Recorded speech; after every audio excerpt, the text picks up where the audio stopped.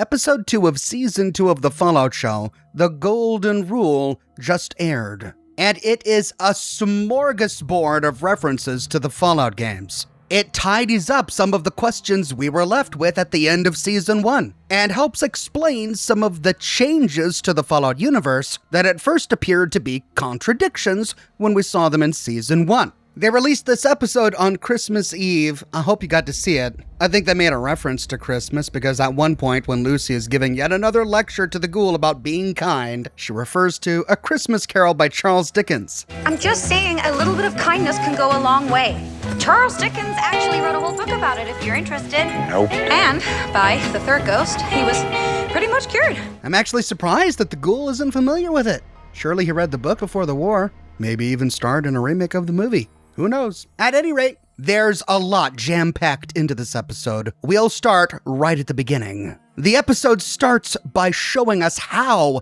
Hank McClane destroyed Shady Sands. We get to see Shady Sands at the height of its civilization. Yes, they still live in a wasteland, but this place is healing. There are farmlands, there are marketplaces, there are libraries. The land is defended by a standing army. Residents have homes and can purify their own water. And we get a Fallout New Vegas reference as soon as this NCR soldier starts marching down the street. Patrolling the Mojave almost makes you wish for a nuclear winter. Which is just great for anyone who's played Fallout New Vegas. For those who haven't, you're not going to realize why this is as funny as it is. Basically, in Fallout New Vegas, many of the non-playable characters, the NPCs who walk around New Vegas, Camp McCarran, and other places in the Mojave will have random little bits of dialogue that they speak as they walk around. When I got this assignment, I was hoping there'd be more gambling.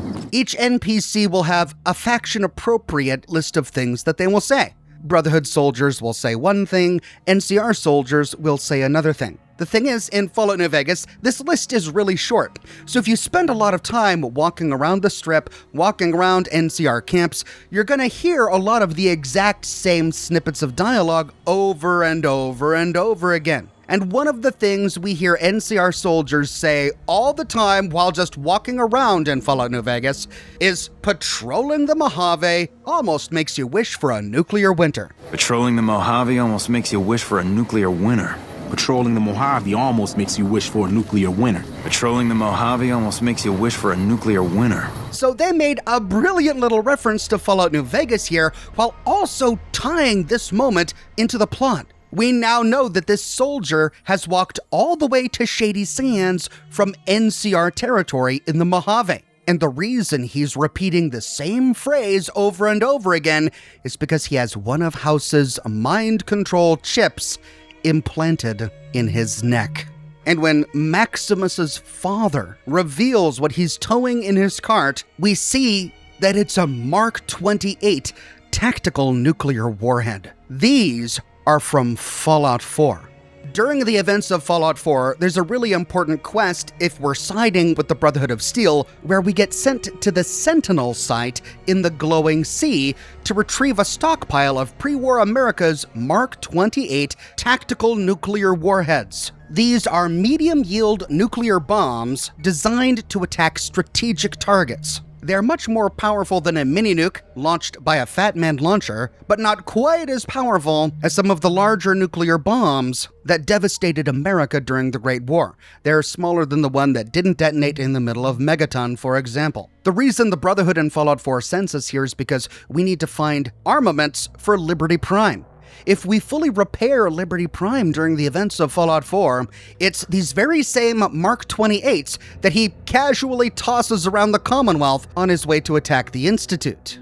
We don't know how Hank McClane got his hands on one of these, but apparently only one of these was necessary to completely destroy Shady Sands. He rigged it to explode with a Pip-Boy, and we get to see Shady Sands go up in smoke. The scene then cuts to a shot of a much younger Hank McClane. And the de-aging they did in this scene, in my opinion, is much better than the de-aging they did at the end of Season 1. Now, he is a bit older in this scene than he was at the end of Season 1. Still, this de-aging is a bit more believable to me. The detonation was successful, and Hank sits down to read The Wind and the Willows with Lucy. There was just something about seeing it actually happen.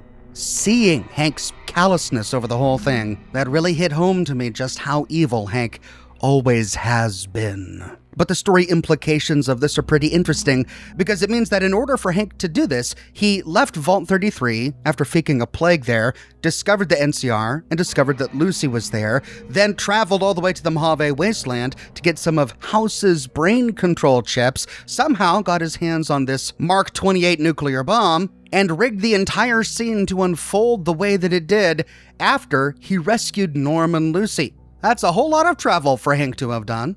Back to the present, we find Hank McClane fulfilling his promise to whomever he was talking to over the microphone in the last episode. He heads into the cryogenic biorepository of this facility. Here he retrieves some mice from the livestock section so that he can experiment on them with House's mind control chips. And we see Hank just living his best life. I mean, I hate him now, after everything we learned in Season 1, and after how this episode started, which makes it frustrating to see him having so much fun just scooting around this Vault-Tec facility in a little golf cart, enjoying the whole thing to himself while playing with a yo-yo. And I love the tiny little Robco terminal that they put in this little lab rat's cage. He's trying to mind control the mouse to sit at the chair and use the terminal, and the terminal looks like it's functional. Vault-Tec really spared no expense with this experiment, but things get really interesting when he arrives at the Premium Elite Plus section of the vault, where people are stored. At first, we might be tempted to think that this may be where some of the top executives at Vault-Tec were kept frozen after the Great War, leading one to think that maybe we'll find the ghoul's wife and child here. But that wasn't its purpose at all. This section of the Vault-Tec facility was reserved for high-paying Vault-Tec customers. We learned from this exchange that some people, before the bombs dropped, paid Vault-Tec a premium price to be stored in this facility in the event of a nuclear holocaust. He defrosts one of these people to experiment on because he wasn't finding much success with the mice.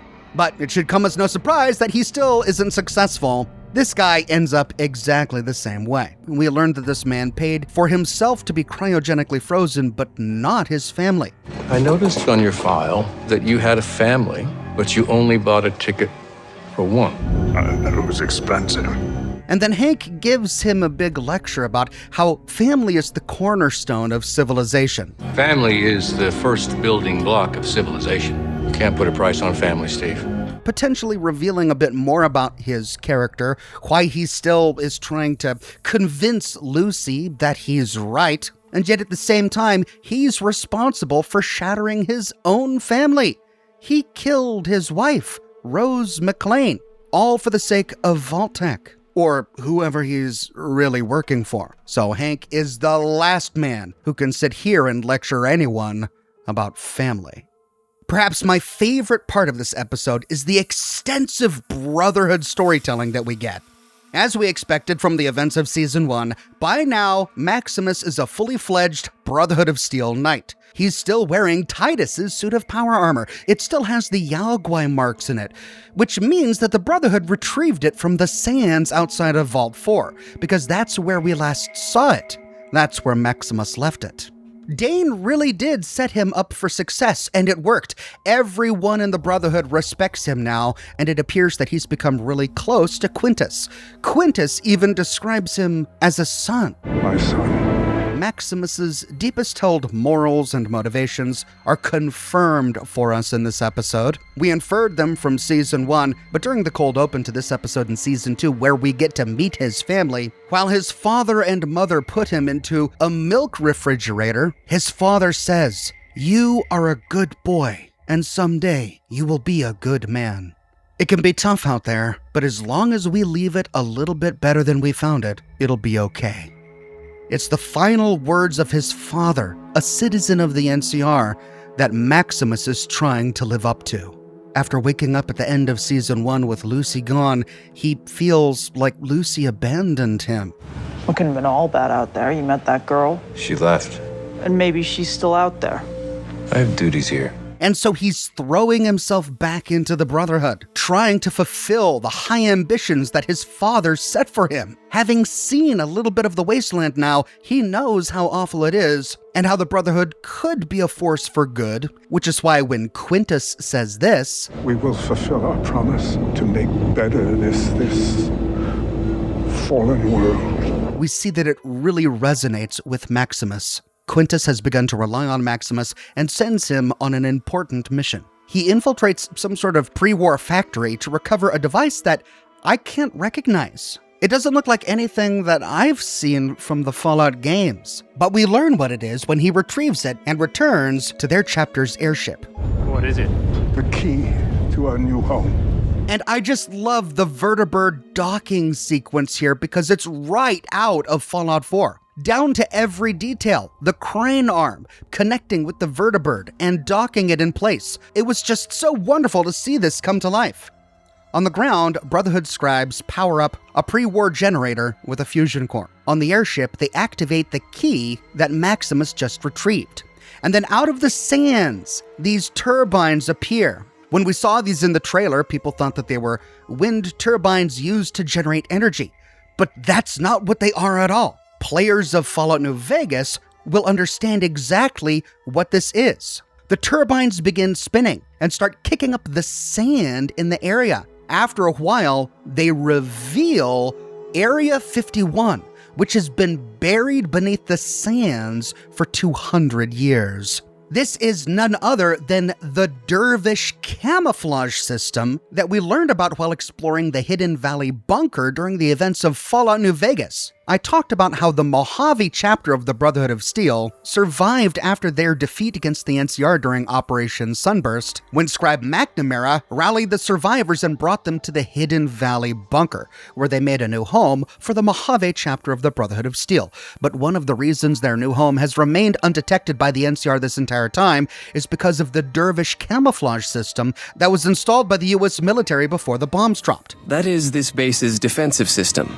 It serves as camouflage and masks all entry and exit from the bunker. This system periodically kicks up sandstorms in the region, completely obscuring visibility, turning their bunkers invisible. Before the war, it was to be used by America to hide sensitive military targets from potential Chinese attacks. After the war, the Brotherhood used it to hide from the NCR. That's what we see Quintus's Brotherhood activating here. This same pre-war camouflage system has been obscuring Area 51. Inside Area 51, the show makes brief allusions to the Zetans. Fallout fans know full well that aliens are real in the Fallout universe. They've been to Earth before many times, and they're called the Zetans, so it shouldn't come as any surprise for us that inside Area 51, we find an alien spacecraft covered in a sheet, and even an alien body preserved in a fridge that the Brotherhood doesn't seem to care about. They're more excited about the fact that the fridge is actually cold. We see scribes uncovering a wealth of technology here, including alien technology. That's an alien shock baton that this scribe is examining, but a bunch of other stuff as well. This, I think, is a prototype of the Pip-Boy that we saw in the intro cutscene to Fallout 4. For some reason, Area 51 had some of the Chinese terracotta army here. We also find the Declaration of Independence, which bothers me because this shouldn't be here. The Declaration of Independence appears during the events of Fallout 3. There's an entire quest dedicated to retrieving the Declaration of Independence for Abraham Washington at Rivet City. So why is it here after the events of Fallout 3 in Area 51, which we just learned has been buried under sand for 200 years? Either that's a goof, or this isn't the real Declaration of Independence. But what's that in the background? That's the Ark of the freaking Covenant! Why does America have the Ark of the Covenant? What? There's all sorts of antiquities stored here, as well as high technology like a cryolator. We can readily see why Quintus wants to turn Area 51 into the Brotherhood's new home. But then we begin to see that some of the things that made Maximus uncomfortable with the Brotherhood at the end of Season 1 are still here, and they still make him uncomfortable. Some Brotherhood Knights are being boneheads and they're playing hacky sack with a plasma grenade. As soon as the Brotherhood uncovers a beautiful, pristine pre-war Chrysalis, they take it outside and blow it up. because they're just meatheads. And then we get to the meat of the Brotherhood plot. Now that Quintus has his hands on cold fusion, he wants to take control of the Brotherhood. And so he's called a meeting with some of the heads of some of the other Brotherhood chapters in the region. He doesn't call all of them, but he meets with the leaders of the Grand Canyon, Yosemite, and Coronado chapters of the Brotherhood. 3 chapters that until now we have heard nothing about. This is the first time they're ever mentioned in Fallout lore. Now, there are several other chapters that they didn't call to this meeting that we do know about. The Mojave chapter, what happened to them? The bunkers at San Francisco and the Hub, what happened to them? Lost Hills, the original Brotherhood bunker, what happened to it? We don't hear anything about them. Quintus calls this meeting and purposefully excludes the Commonwealth, Arthur Maxon's chapter of the Brotherhood, the East Coast chapter. He excludes them on purpose because, at this point, the Commonwealth chapter is the most powerful Brotherhood chapter, and Quintus doesn't want to share power with them. He's afraid that if he would have just handed cold fusion over to the Commonwealth, that the Commonwealth chapter would have hoarded it for themselves and wouldn't have shared with the other chapters. Initially, the leaders of the other chapters are hesitant to go along with his theory because already Quintus has broken the chains that bind. Quintus called for this meeting, but he didn't tell the Commonwealth. He's breaking chain of command. Where the hell is the Commonwealth, Quintus? Should be here. That's an old principle that's been around since the Brotherhood was founded. It basically means that you have to obey a superior officer. He's already in violation of the Brotherhood Codex by calling this meeting and excluding the Commonwealth chapter. But one by one, they get on board when Quintus demonstrates that he has tapped into a limitless power source. He shows off a bank of fusion cores, a rare power source at this point in the Wasteland's history that his chapter just created. He used cold fusion to refuel all of these fusion cores. And it looks like unlimited power is worth breaking the Brotherhood Codex for. The Codex does say that violence against a fellow brother is forbidden, but I suppose the Codex is open to interpretation. This meeting is also important because it confirms the autonomy that many of these chapters have. When Season 1 aired, many people were thrown off by the religiosity that was on display with Quintus's chapter of the Brotherhood, and how out of step it was with the Brotherhood as it was displayed in all of the Fallout games.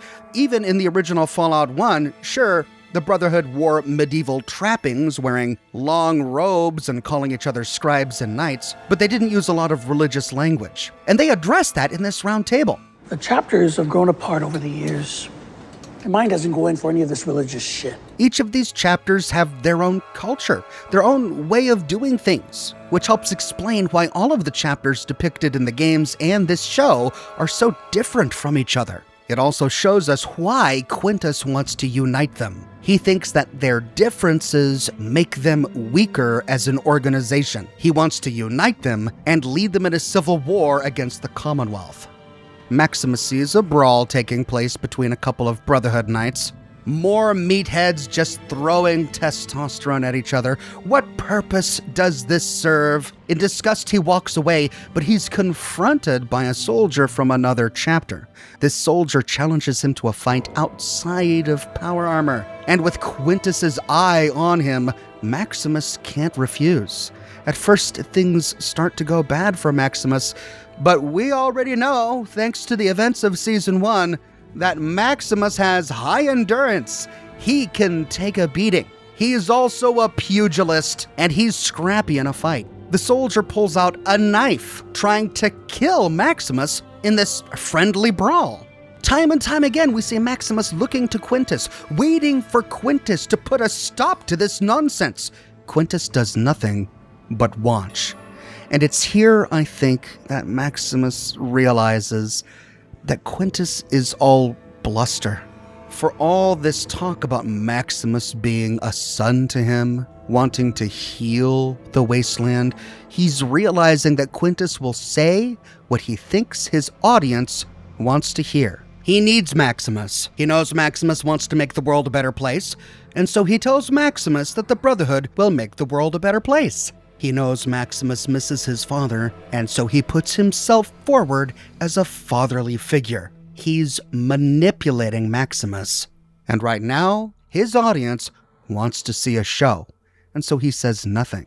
Throughout this entire scene, Maximus's friend Dane serves as his conscience, reminding him about Lucy, reminding him about the good people in the wasteland, the good people outside of the Brotherhood, reminding him what he really wanted when he was fresh from the wasteland before their victory at the Griffith Observatory. I think what we've seen in this episode is that Maximus still has plenty of doubt in the Brotherhood, at least in Quintus's chapter of the Brotherhood, which may lead him to make some very interesting decisions later on in this series.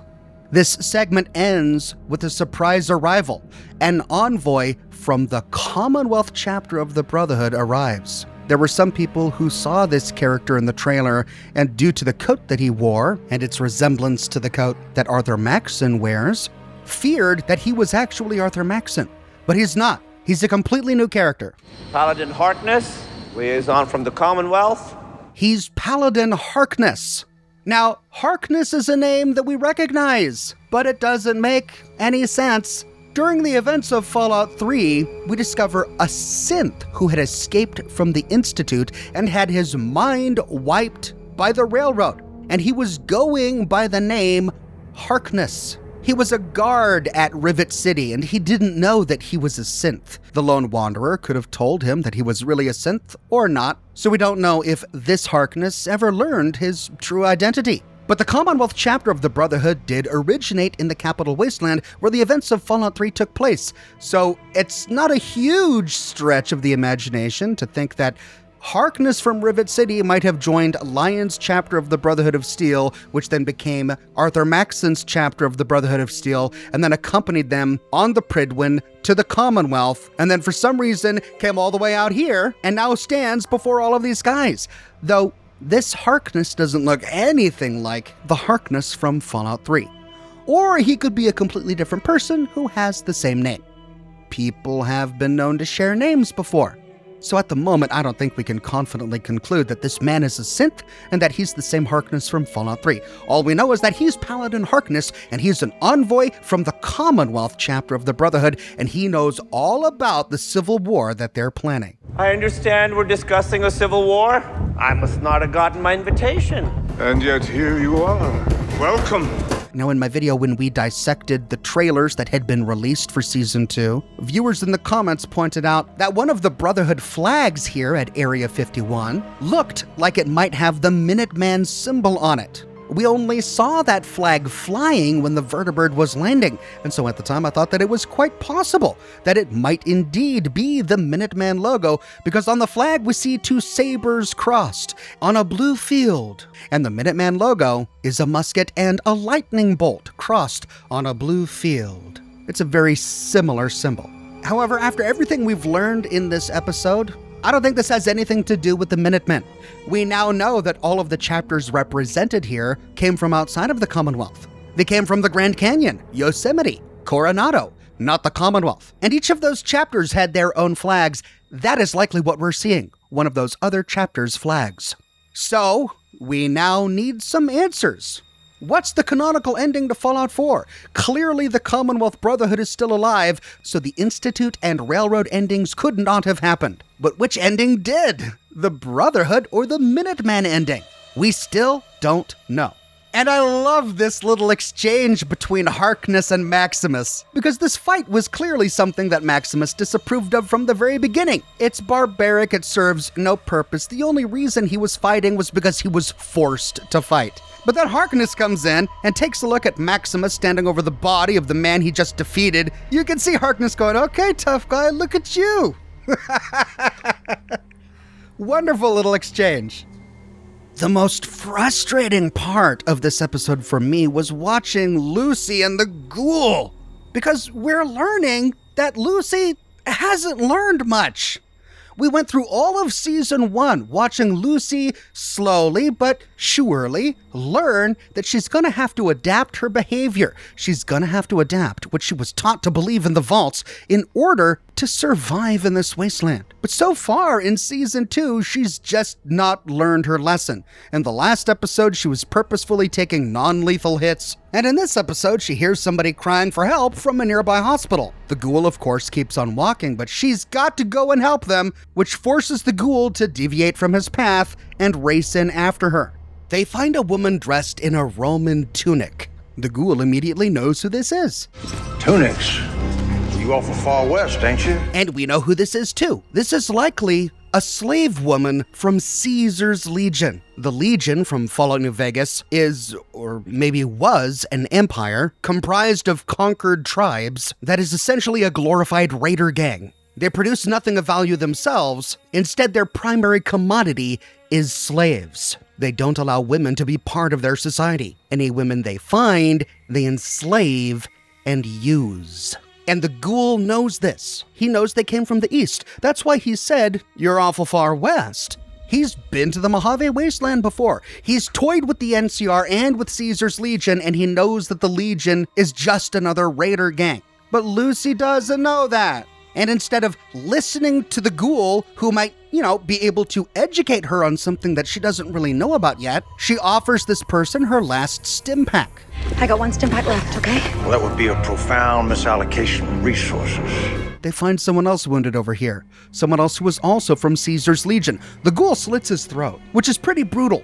But for anyone who has played Fallout New Vegas, we kind of get it, because we know what the Legion is all about. My only criticism of the ghoul here is even though this was a man and therefore likely a legionary, he wasn't dressed like one. He was dressed like a slave. And while slaves can be indoctrinated, he didn't even bother to talk to the guy first. Lucy, of course, is horrified, but instead of talking with the ghoul, trying to figure out why he's acting this way towards these two individuals in particular, instead of asking him why they're dressed in Roman tunics to begin with, she gets up on her high horse and starts lecturing him. One of the really cool bits here is that the ghoul realizes that a rad scorpion is nearby because he tastes the rad scorpion's poison in the flesh of the man that he just killed after he took a bite of him because, the ghoul has the cannibal perk. And the smaller rad scorpions act a lot like the xenomorph hatchlings from the Alien franchise. They went straight for the face. The ghoul and Lucy, of course, survived the tussle, but the ghoul got injured. However, Lucy only has one stim pack left. She has to choose between stim packing this woman in the toga or giving it to the ghoul. And she chooses to give it to the stranger instead of to her friend.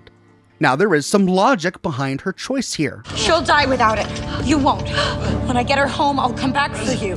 She says she'll come back for him, but there's just so much poor decision-making in that moment. She doesn't know who this woman is. She could be a raider. She could be a loyal member of the Legion. And Lucy has no idea what the Legion is because she hasn't bothered to let the ghoul explain it to her. She says she wants to help this woman get back home. She has no idea where this woman's home is or how long that journey would take. So how long is she going to let the ghoul just lie here in agony before she comes back to resuscitate him with a stim pack? And she leaves. She leaves the ghoul behind and goes off with this woman. And as she does, the ghoul quips at her, "Golden rule," which is what she said to him during Season 1. Do unto others as you would have them do unto you. In this scene, she's not doing unto the ghoul as she would have him do unto her. He's using her own words against her, possibly predicting some terrible fate that awaits Lucy because of this choice. But more than that, they're supposed to be friends at this point. They're supposed to be able to trust each other. They've been working as a team up until this point, trusting each other at Novak to get past the great cons. And leaving your friend behind, poisoned by a rad scorpion sting, isn't a very trustworthy thing to do. This entire scene bothers me. It seems ridiculous, out of character for Lucy, and it seems like Lucy just hasn't learned her lesson, as she should have by now. And that's it for the ghoul. We don't know what happens to him at the end of this episode. Instead, Lucy walks off with this member of Caesar's Legion. Now, perhaps she's a Legion slave, in which case she's suffered a horrible life under the Legion, and yet she's still going back to them. She's still marching towards her home in Legion territory. And of course, the Legion show up. And what do? They surround Lucy. And we know from the events of Fallout New Vegas what happens to women when the Legion gets their hands on them. I realize we all have our cultural differences, but just so you know, I am nice. So this is not good, and it's all your fault, Lucy. Why didn't you listen to the ghoul? I'm so frustrated. So frustrated. During the pan out for the episode, we get the impression that the Legion's home is no longer on top of Fortification Hill, but is instead in a ballpark, an arena of some sort.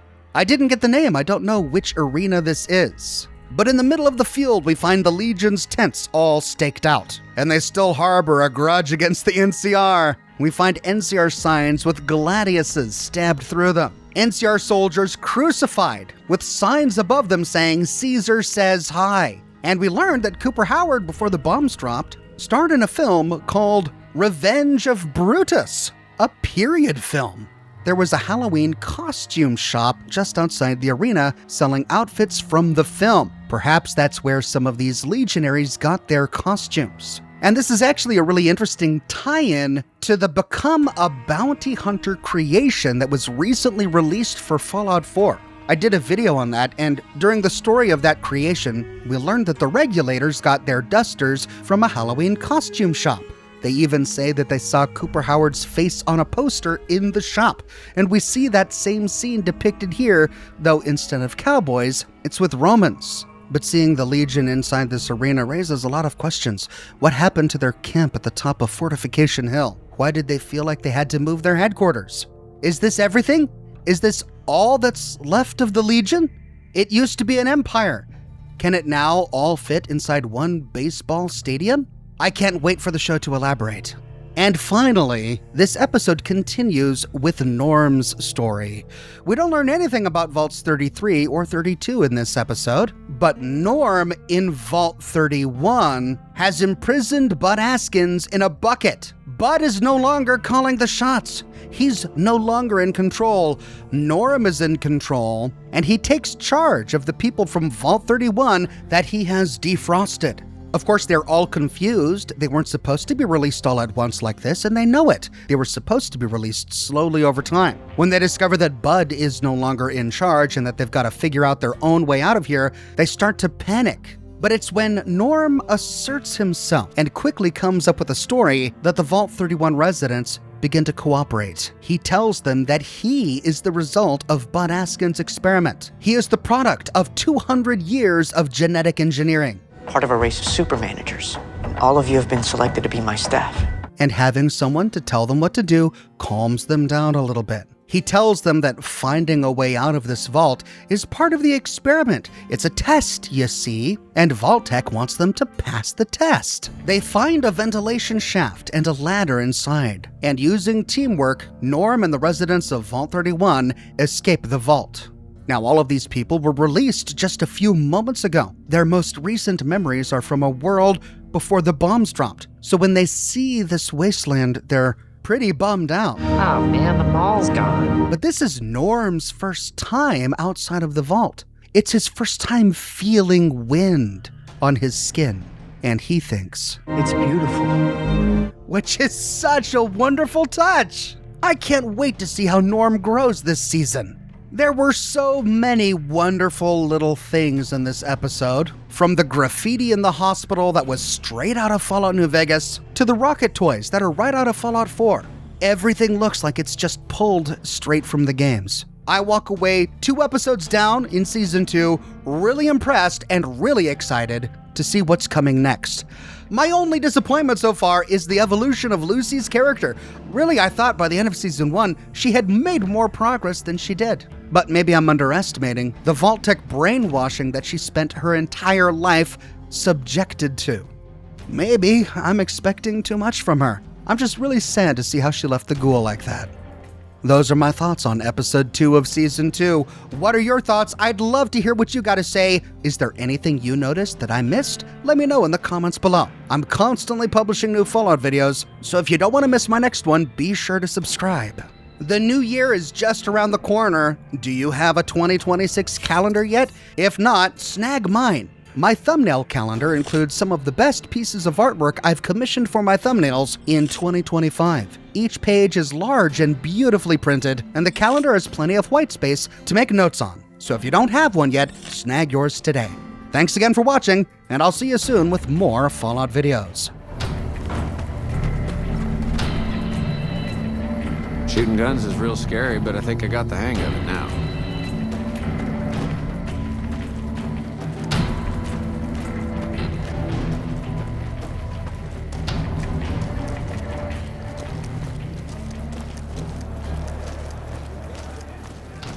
Hey. Patrolling the Mojave almost makes you wish for a nuclear winter.